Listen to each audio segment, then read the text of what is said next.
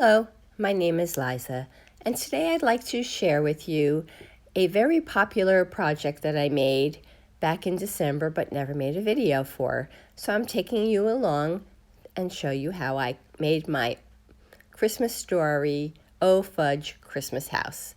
You'll need one of these tall, skinny wood house frames from the Dollar Tree, some ribbon. I happen to get mine from Dollar General. 1 5-gallon paint stir stick. I buy these at Home Depot, 3 for $1. 8 of the tumbling tower game blocks. First thing I did was I measured the inside horizontally of my house frame, measured it off, and then cut a piece off.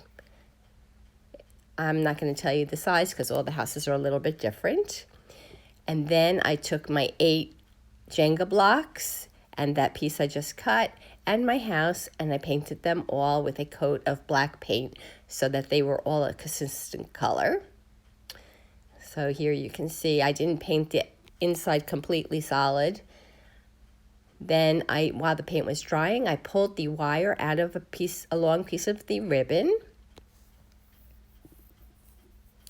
And I measured it so that it would fit on the circumference of the house and a piece large enough for the little shelf piece we made, and I Mod Podged it around the perimeter of my house. While that was drying, here you can see I also did that short piece. While my Mod Podge was drying, I printed out a printable that I created and cut it to fit inside my house. Then I used some wood glue, and I glued 2 sets of 2 together and 1 set of 4 together. And I had all my pieces ready, and I could assemble my box. I Mod Podged my image into the box, and then I used wood glue to glue my pieces to the bottom and the sides and the back. And I added my shelf, and my project was done. I picked up my soap from eBay, and here's the fun part. I don't need 2 of these, so I'm going to give away the one that I just created.